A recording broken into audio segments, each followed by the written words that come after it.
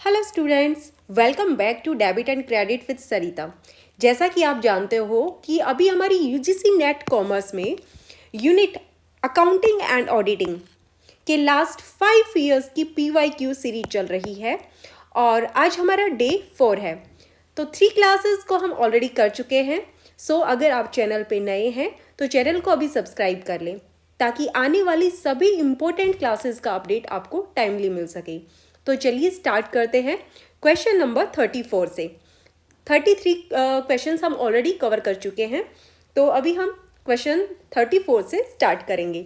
तो सभी स्टूडेंट्स साथ में रीड करेंगे जिससे क्वेश्चन आपको अच्छे से समझ आए। तो चलिए स्टार्ट करते हैं। The liquidator after realising the assets of the company should distribute the proceeds among below mentioned claims in the following order. Means liquidator जब कंपनी के असेट्स को सेल करता है तो क्लेम को पेमेंट किस ऑर्डर में किया जाएगा। जब भी कंपनी बंद होती है और कंपनी का जो लिक्विडेटर होता है वो अपॉइंट किया जाता है और लिक्विडेटर का काम होता है सबसे पहले एसेट्स को सेल करना और जो वहाँ से पैसा मिलता है उनको इन क्लेम्स में डिस्ट्रीब्यूट करना। तो चलिए समझते हैं। तो स्टूडेंट्स, जब भी किसी कंपनी का वाइंडिंग अप होता है तो एक लिक्विडेटर अपॉइंट किया जाएगा। तो लिक्विडेटर का काम होता है सबसे पहले कंपनी की एसेट्स को सेल करना और जो पैसा मिलता है तो उनसे जो क्लेम्स हैं उन क्लेम्स को डिस्ट्रीब्यूट करता है। सो पेमेंट कंपनीज जो एक्ट है उसके अकॉर्डिंग एक प्रॉपर ऑर्डर में होती है, एक सीक्वेंस में होती है कि पहले पेमेंट किसको की जाएगी फिर उसके बाद किसको की जाएगी। तो एक सीक्वेंस में पेमेंट होती है। सो सबसे पहले जो पेमेंट होती है वो होती है लीगल चार्जेस, यानी जो कोर्ट की फीस हो या कोई लीगल एक्सपेंसेस हो तो उनको सबसे पहले पेमेंट की जाती है फर्स्ट नंबर पे। सेकंड पे होगा लिक्विडेटर का रेम्यूनरेशन और जो वाइंडिंग अप के जो एक्सपेंसेस हैं उनको पेमेंट किया जाएगा। तो ये जो प्रोसेस है उसका सेकंड नंबर है पेमेंट का, लिक्विडेटर का रेम्यूनरेशन और जो कॉस्ट ऑफ एक्सपेंसेस है वाइंडिंग अप के उनको पे किया जाता है। नेक्स्ट वर्कमैन ड्यू और सिक्योर्ड क्रेडिटर्स। थर्ड नंबर पे जो कंपनी के जो वर्कमैन्स हैं उनका अगर कोई वेजेस वगैरह ड्यू है तो उनको क्लेम्स पहले दिए जाएंगे और उसके साथ में जो सिक्योर्ड क्रेडिटर्स हैं जो सिक्योर्ड हैं तो उनको पेमेंट की जाती है। फोर्थ नंबर पे पेमेंट होगी प्रीफरेंशियल क्रेडिटर्स और creditors secured by floating charges और सबसे लास्ट में पेमेंट की जाएगी अनसिक्योर्ड क्रेडिटर्स को फिफ्थ नंबर पे। तो इसकी सीक्वेंस बिल्कुल क्वेश्चन में जो दे रखा है उसी के अकॉर्डिंग की जाएगी। तो इसका राइट आंसर है ABCDE ऑप्शन 3।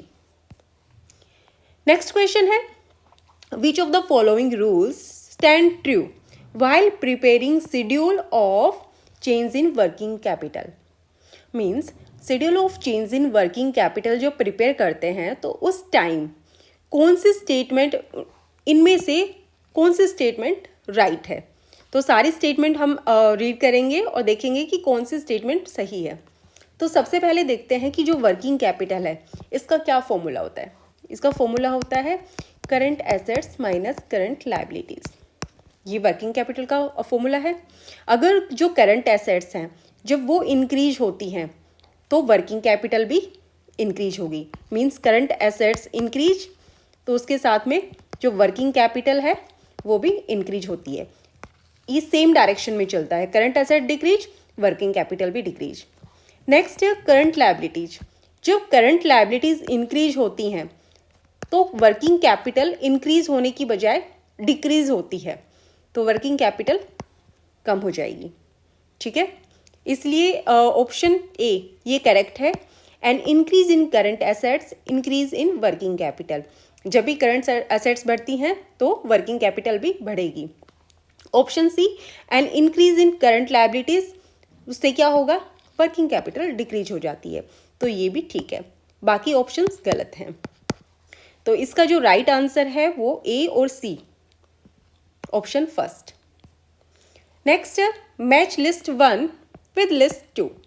दो लिस्ट दे रखी हैं, लिस्ट 1 है एक लिस्ट 2 है, इनको मैच करना है।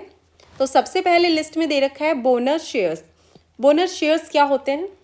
जो बोनस शेयर्स होते हैं वो कंपनी अपनी जो एग्जिस्टिंग शेयर होल्डर्स हैं उनको कुछ शेयर्स फ्री में देती है, उनको बोलते हैं बोनस शेयर्स। जब कंपनी अपने एग्जिस्टिंग शेयर होल्डर्स को फ्री में शेयर्स देती हैं तो उनको बोलते हैं बोनस शेयर्स। तो इसका राइट आंसर है option 2। Issue is made to existing share members या share holders free of charge या फ्री ऑफ कॉस्ट। तो 1 का हो गया राइट आंसर 2। नेक्स्ट है डीमैट शेयर्स। डीमैट शेयर्स क्या होते हैं? तो डीमैट का जो फुल फॉर्म होता है वो होता है डीमैटेरियलाइजेशन ऑफ शेयर्स। इसमें शेयर्स को फिजिकल पेपर्स की फॉर्म में नहीं होता, बल्कि जो इलेक्ट्रॉनिक फॉर्म होता है उसमें डीमैट अकाउंट में शेयर्स को स्टोर किया जाता है। तो इसका जो राइट कॉम्बिनेशन वो है shares in electronic form, B का 4th। डीमैट शेयर होते हैं shares in electronic form. Next right issue. तो राइट इशू में कंपनी जो एग्जिस्टिंग शेयर होल्डर्स हैं उनको प्रायोरिटी देती है। मतलब अगर कंपनी जब नए शेयर्स इशू करेगी तो सबसे पहले ऑफर करेगी एग्जिस्टिंग शेयर होल्डर्स को, कि अगर एग्जिस्टिंग शेयर होल्डर्स अगर कोई शेयर्स लेना चाहता है तो उनको ऑफर सबसे पहले दिया जाएगा। उनको राइट होता है कि वो एडिशनल शेयर्स को बाय करें और कुछ कंसेशन पे प्राइस पे बाय कर सकते हैं। तो ऑप्शन सी का राइट आंसर है 1st। Invitation to existing share holders to purchase additional new shares. Next sweat equity shares. तो स्वेट इक्विटी शेयर्स होते हैं, एक ही बचा है अब तो, shares issued by company to its employees and directors at a discount for providing know how. Means जो कंपनी की जो एम्प्लॉयज और जो डायरेक्टर्स हैं अगर वो कंपनी को कुछ बेनिफिट देते हैं तो उसके बदले में कंपनी उनको स्वेट इक्विटी शेयर्स देती है। तो डी का हो जाएगा आपका 4। और इसका राइट जो आंसर है वो हो जाएगा 1। ए का 2, बी का 4, सी का 1 और डी का 3। Next, from the following information about a firm what will be the contribution to sales ratio and the profit. Company में दो चीज़ पूछी है क्वेश्चन में, एक तो पूछी है कंट्रीब्यूशन टू सेल्स रेशियो क्या है और दूसरा प्रॉफिट क्या है। तो सबसे पहले कंट्रीब्यूशन टू सेल्स रेशियो, इसका क्या फॉर्मूला होता है ये निकालेंगे। तो कंट्रीब्यूशन टू सेल्स रेशियो इसका फॉर्मूला होता है contribution divide by sales multiply by 100। और कंपनी में कंट्रीब्यूशन दे रखा है, नहीं दे रखा, उसको हमें कैलकुलेट करना पड़ेगा। और सेल्स दे रखी है 1 लाख रुपीज़ की। तो कंट्रीब्यूशन कैसे निकालेंगे? तो कंट्रीब्यूशन तो सब सीधा ये ही निकाल देंगे हम इसको, जो कंट्रीब्यूशन टू सेल्स रेशियो है यही आ जाएगा, क्योंकि क्वेश्चन में ब्रेक इवन पॉइंट दे रखा है और फिक्स्ड कॉस्ट भी दे रखी है। तो जो ब्रेक इवन पॉइंट है उसका फॉर्मूला होता है break even point equals to fixed cost divide by contribution to sales ratio, ये फॉर्मूला होता है। ठीक है, तो अपने पास ब्रेक इवन पॉइंट भी दे रखा है 40,000 का है और फिक्स्ड कॉस्ट 20,000 की दे रखी है। तो इससे हम कंट्रीब्यूशन टू सेल्स रेशियो निकाल लेंगे। ये रेशियो इधर चला जाएगा, contribution to sales 20,000 divide by 40,000, ये हो जाएगा 50%। तो कंट्रीब्यूशन रेशियो हो गया हमारा 50%। नेक्स्ट निकालना हमें प्रॉफिट। प्रॉफिट निकालने के लिए सबसे पहले हमें चाहिए कंट्रीब्यूशन। तो कंट्रीब्यूशन का फॉर्मूला होगा सेल्स, ये कंट्रीब्यूशन का फॉर्मूला है sales multiply by contribution to sales ratio. तो सेल्स क्वेश्चन में दे रखी है 1 लाख रुपीज़ की और कंट्रीब्यूशन टू सेल्स रेशियो है 50%। तो कंट्रीब्यूशन का अमाउंट आ गया 50,000 और कंट्रीब्यूशन होता है इक्वल्स, कंट्रीब्यूशन इक्वल होता है फिक्स्ड कॉस्ट प्लस प्रॉफिट के। फिक्स्ड कॉस्ट क्वेश्चन में ऑलरेडी दे रखी है 20,000 की और कंट्रीब्यूशन भी दे रखा है तो 50,000 में से अगर हम फिक्स्ड कॉस्ट माइनस कर देंगे तो हमारे पास 30,000 का प्रॉफिट बचेगा। तो प्रॉफिट आया 30,000 का। तो इसका answer, right answer 2। Contribution to sales ratio 50% और प्रॉफिट है 30%। नेक्स्ट है question number 38। For a holding company all the pre-acquisition profit and loss of the subsidiary company are dash। Means जो होल्डिंग कंपनी है वो जब सब्सिडरी कंपनी के shares purchase करती है तो उसके जो प्री एक्विजिशन प्रॉफिट होते हैं उनको क्या बोलते हैं, और पोस्ट एक्विजिशन प्रॉफिट होता है जो सब्सिडरी का, उसको क्या बोलते हैं, ये पूछा क्वेश्चन में। तो होल्डिंग कंपनी के लिए सब्सिडरी का प्री एक्विजिशन और पोस्ट एक्विजिशन प्रॉफिट क्या होता है ये हमें कैलकुलेट करना है। तो प्री एक्विजिशन प्रॉफिट वो होता है, क्या होता है प्री एक्विजिशन प्रॉफिट? वो प्रॉफिट होता है जो सब्सिडरी ने होल्डिंग कंपनी के एक्वायर करने से जो पहले कमाया था। मान लेते हैं जो ये होल्डिंग कंपनी है ये सब्सिडरी कंपनी को 1 अप्रैल 2025 जैसे 2025 इस डेट को एक्वायर करती है। होल्डिंग कंपनी सब्सिडरी कंपनी को इस डेट पे इसके शेयर्स को एक्वायर करती है। तो इस डेट से पहले के जितने भी प्रॉफिट हैं सब्सिडरी कंपनी के वो हो जाएंगे कैपिटल प्रॉफिट या कैपिटल लॉस, और जो इस डेट के बाद एक्विजिशन डेट के बाद वाले प्रॉफिट और लॉस हैं उनको बोलते हैं रिवेन्यू प्रॉफिट और लॉस। ठीक है, तो एक बार फिर से समझा देती हूँ। प्री एक्विजिशन प्रॉफिट वो होते हैं जो सब्सिडरी ने होल्डिंग कंपनी के एक्वायर करने से पहले कमाए थे, और इसको ट्रीट किया जाता है एज अ कैपिटल प्रॉफिट। दूसरा है पोस्ट एक्विजिशन प्रॉफिट। तो पोस्ट एक्विजिशन प्रॉफिट वो होता है जो सब्सिडरी ने होल्डिंग कंपनी ने जब एक्वायर किए थे शेयर सब्सिडरी कंपनी के, उस डेट के बाद में जो प्रॉफिट्स कमाए हैं उनको बोलते हैं रिवेन्यू प्रॉफिट। ठीक है, तो इसका करेक्ट आंसर है ऑप्शन 2, कैपिटल प्रॉफिट और लॉस और रिवेन्यू प्रॉफिट और लॉस। नेक्स्ट क्वेश्चन है the following information with respect to a company is given below. कुछ इंफॉर्मेशन दे रखी है तो क्या करना है पढ़ लेते हैं एक बार। नेट प्रॉफिट बिफोर टैक्स दे रखा है 1 लाख रुपए का। 10% प्रीफरेंस शेयर कैपिटल दे रखी है 10% मतलब उस पर जो डिविडेंड जाएगा वो 10% जाएगा, और वो कैपिटल कितनी है 1 लाख की, और 10 रुपए का एक शेयर है, इसका मतलब 10,000 शेयर्स यहाँ पे हो गए। इक्विटी शेयर्स हैं 10 ईच 1 लाख रुपए के, तो यहाँ पे भी 10,000 इक्विटी शेयर्स हो गए। Taxation at the rate 50% of net profit. Which of the following is the EPS. तो हमें ईपीएस कैलकुलेट करनी है, अर्निंग पर शेयर। तो अर्निंग पर शेयर कैलकुलेट करने से सबसे पहले हम क्या करते हैं, जो नेट प्रॉफिट है कंपनी का उसमें से हम लेस करेंगे टैक्स को। ठीक है, और अब ये जो प्रॉफिट बचा, प्रॉफिट आफ्टर टैक्स, इसमें से हम लेस करेंगे प्रीफरेंस शेयर्स डिविडेंड। जो प्रीफरेंस शेयर्स है उनका डिविडेंड हम लेस करेंगे। प्रीफरेंस शेयर डिविडेंड लेस करने के बाद जो प्रॉफिट बचता है वो प्रॉफिट होता है profit for equity share holders, और यहाँ जो प्रॉफिट बचा उसको हम जितने भी इक्विटी शेयर्स हैं उनसे डिवाइड करेंगे तो हमारे पास अर्निंग पर शेयर आ जाएगा निकल के। ठीक है, तो नेट प्रॉफिट कितना दे रखा है कंपनी में 1 लाख का, 1 लाख का नेट प्रॉफिट है और 50% टैक्स रेट है। तो जब 50% लगेगा तो इस पर सीधा 50,000 टैक्स में चला गया, और प्रॉफिट आफ्टर टैक्स बचा 50,000 का, और इस 50,000 पे इसमें कुछ प्रीफरेंस जो शेयर होल्डर हैं उनका भी डिविडेंड है। तो उनका डिविडेंड कितना है, उनका डिविडेंड है 10% कैपिटल का। तो कितना हो गया 1 लाख मल्टीप्लाई बाय 10%, 10,000 रुपये हो गया प्रॉफिट प्रीफरेंस शेयर होल्डर्स का। तो जो प्रॉफिट बचा इक्विटी शेयर होल्डर्स के लिए वो बचा 40,000 रुपीज़ का। अब 40,000 का प्रॉफिट बचा है और टोटल नंबर ऑफ जो इक्विटी शेयर होल्डर्स हैं वो है 10,000।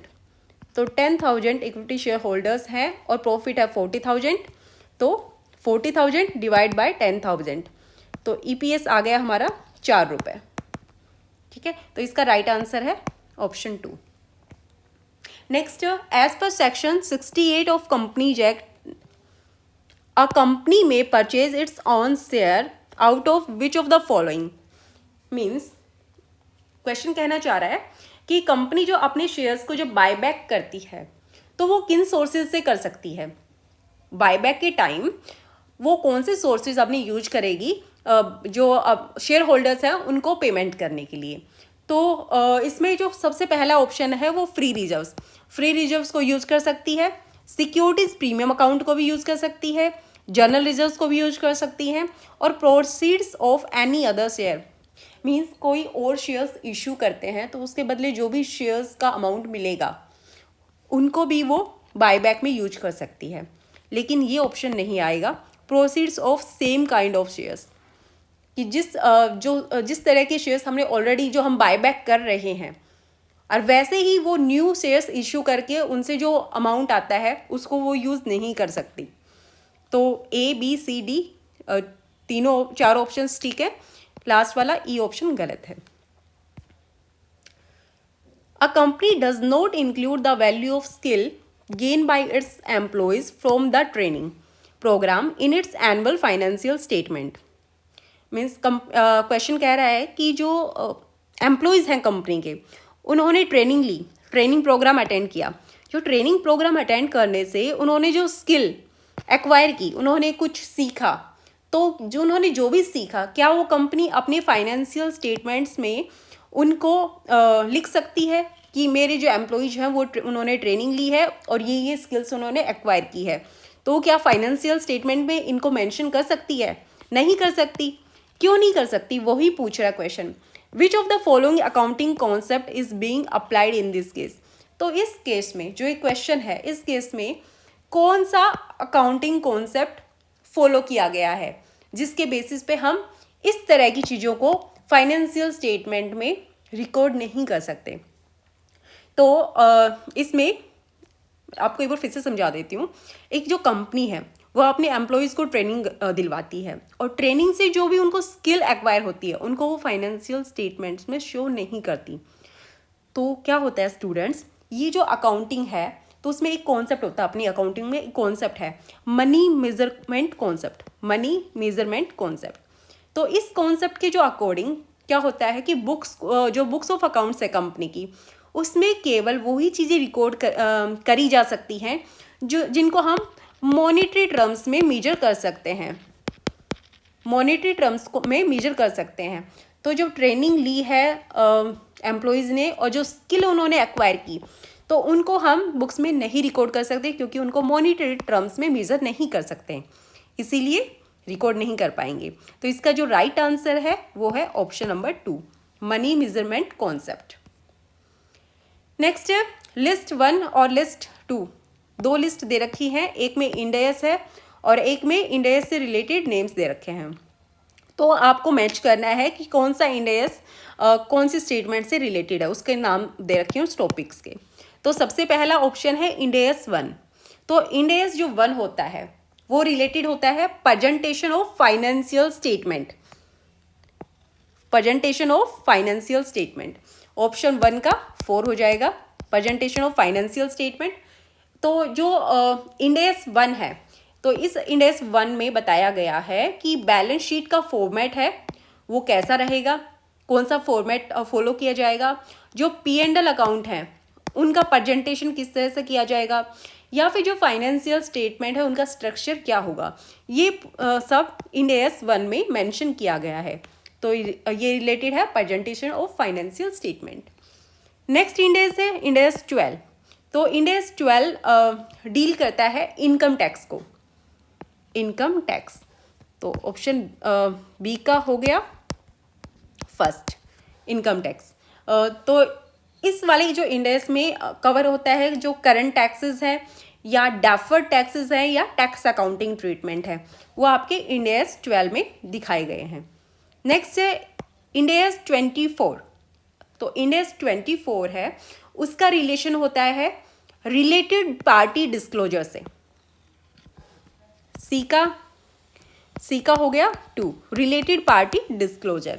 मीन्स इस वाले इंड एस में कंपनी को डिस्क्लोज करना होता है कि डायरेक्टर्स हैं, उसके ट्रांजेक्शन्स, जो भी डायरेक्टर्स के साथ जो ट्रांजेक्शन्स हुए हैं, डायरेक्टर्स रिलेटेड पार्टी होता है ना कंपनी के लिए, तो उसके साथ कौन कौन से ट्रांजेक्शन हुए हैं वो सब आपको इंड AS 24 में आपको मेंशन करने पड़ेंगे।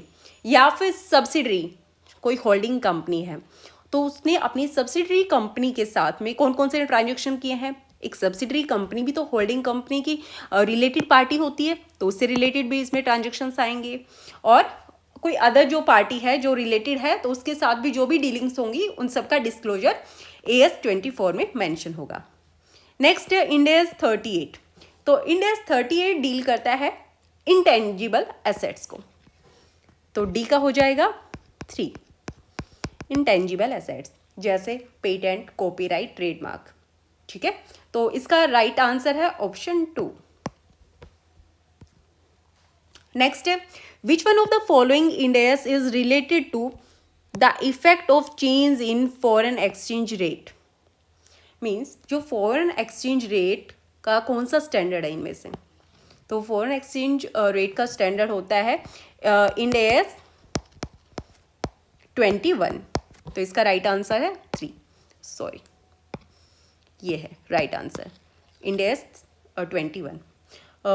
अब अदर ऑप्शंस भी एक बार देख लेते हैं। इंड AS जो 19 होता है वो रिलेटेड होता है एम्प्लॉयज़ बेनिफिट से, एम्प्लॉयज़ बेनिफिट से रिलेटेड होता है इंड AS 9, जिसमें ग्रेचुइटी, पेंशन ये सब आते हैं। ठीक है, तो इसके सामने लिख देती हूँ मैं